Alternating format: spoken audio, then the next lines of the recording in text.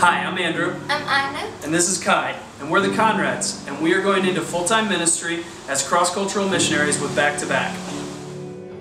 When Todd and I first moved to Mexico in 1997, we didn't speak any Spanish. I remember the first time we pulled up into an orphanage. I was so excited to get out of the car and was approached by this 11-year-old girl. I thought to myself, the only thing I know how to do is count to 10. That's not going to take very long. She can't get me any of the fast food. I just figured out how to order, so all I could do was launch into the 4 spiritual laws, this tool I had memorized to communicate the gospel. So I took a deep breath and looked at her and said, "Good afternoon. God loves you and He has a wonderful plan for your life." I didn't need to know how to speak Spanish to know that she was saying back to me, if He had anything to do with His plan for my life, then I don't want anything to do with Him. Back to Back's focus is to care for the orphan and children in poverty through their Care for Today and Hope for Tomorrow program. They start by partnering with local children's homes by providing for their essential needs. After the children turn 16, they invite them to their Hope program.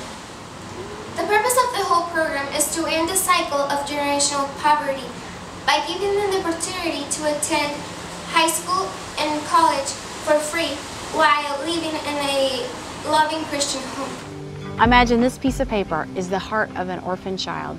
100% of them have either been abandoned or abused. For some of them, they remember exactly when that moment first happened. For others, it's a slow realization. But regardless, the first time that happens, their heart got ripped in half.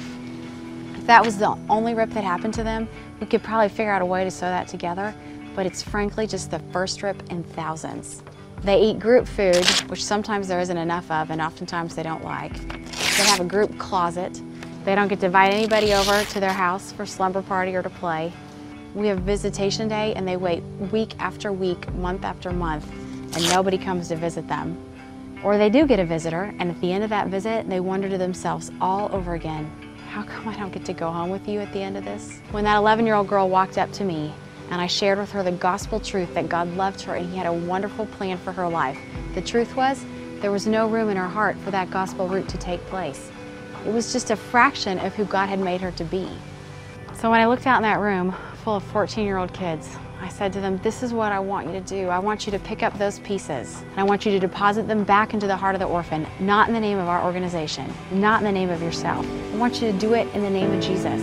I will sing hallelujah. God has really given Anna and I a heart for children and teenagers, and especially for the orphan child. For Anna, God has really given her a spiritual gift and a calling for teenage girls, especially teenage mothers, specifically ones who have been or might be on their way into becoming part of the generational cycle of poverty.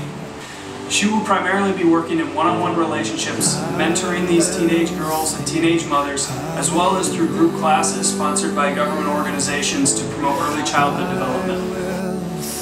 God has really given me a heart for mentoring as well as teaching.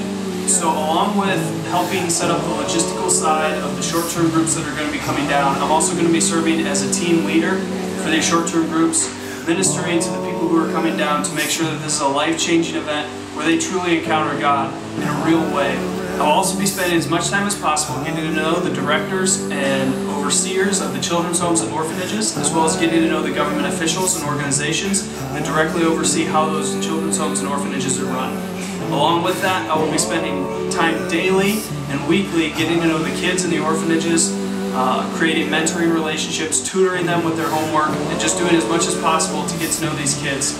Thank you for your support of our ministry so that we can become the hands and feet of Jesus for the orphan child. Thank you. Hallelujah.